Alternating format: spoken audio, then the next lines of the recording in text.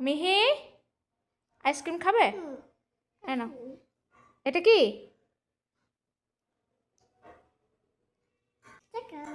ঠেকাম। ঠেকাম বলতে হয়? ও ভালো, খাও। গুড।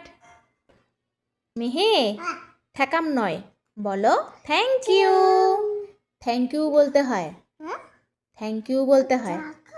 হ্যাঁ, ঠেকাম নয় মামা, ঠেকাম নয়, বলো থ্যাংক ইউ। আবার ঠেকাম। মিহি ঠেকাম বলল, আপনারা বুঝতে পেরেছেন ও কি বলল? দাঁড়ান দাঁড়ান, আমি বুঝিয়ে বলছি। ও যখন ছোট ছিল, আমি জামা কাপড় মেলতে যেতাম, ও প্রত্যেকটা জামা কাপড় আমাকে হাতে ধরিয়ে দিত আর আমি মেলতাম, এবং সব সময় আমি ওকে বলতাম থ্যাংক ইউ। এটা ও শুনে শুনে থ্যাংক ইউ বলাটা শিখে গেছে। পরে ওকে শেখানো হলো ওয়েলকাম বলাটা। তখনও কি করলো, ওই থ্যাংক ইউর থ্যা আর ওয়েলকামের কাম, এই দুটো মিলিয়ে ও বানিয়ে নিয়েছে থ্যাকাম। এখন ওকে যদি কেউ কিছু দেয়, ও বলে থ্যাকাম। কখনোই আর থ্যাংক ইউ বা ওয়েলকাম আলাদা করে কিছু বলে না।